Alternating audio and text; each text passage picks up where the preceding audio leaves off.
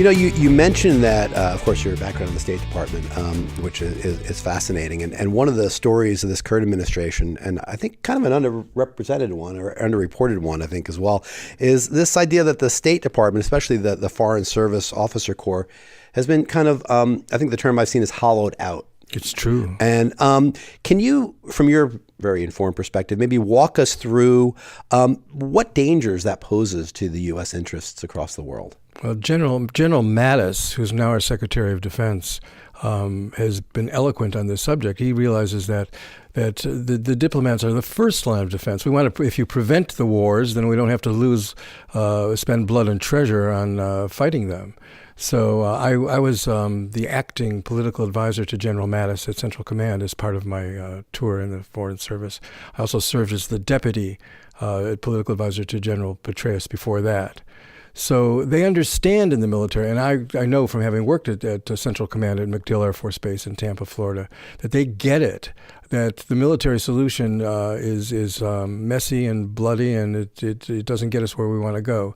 The diplomats, it's a small corps. When I joined the Foreign Service in 1984, there were 6,000 Foreign Service officers. My high school had 3,000 kids. So there's 193 countries in the world and many international organizations. So you've got 2 high schools trying to run the whole world. And what they had to do finally was they can't do that, of course. They've expanded the Corps a little bit, but they couldn't get the money. When Colin Powell became Secretary of State, he took a look at it, and he looked at it from his military perspective. He saw we were underfunded, and he went right to the Hill, and he got the funds to have what they call a float. The military always has 10% of their personnel corps in float so that they can be in training for the next. We were fighting fires. We didn't have enough people to do the jobs we had. So I give Secretary of State Colin Powell a lot of credit for that.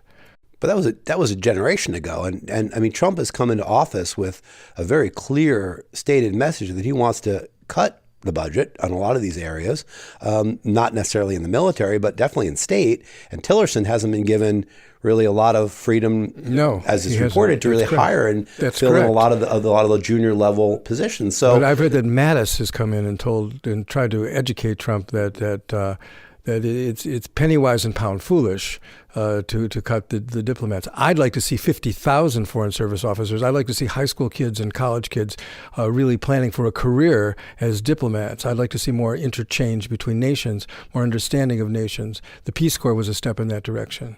But we have to get outside of our bubble in order to understand how the world is, how the world really is. Now, the computer and the internet has helped us with that. It didn't exist when I was a kid. It's just kind of come up in the past few decades.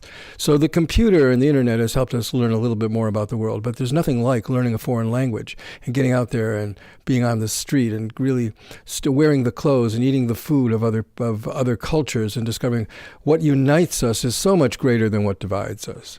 And that's the basis. That's one of the bases of world peace.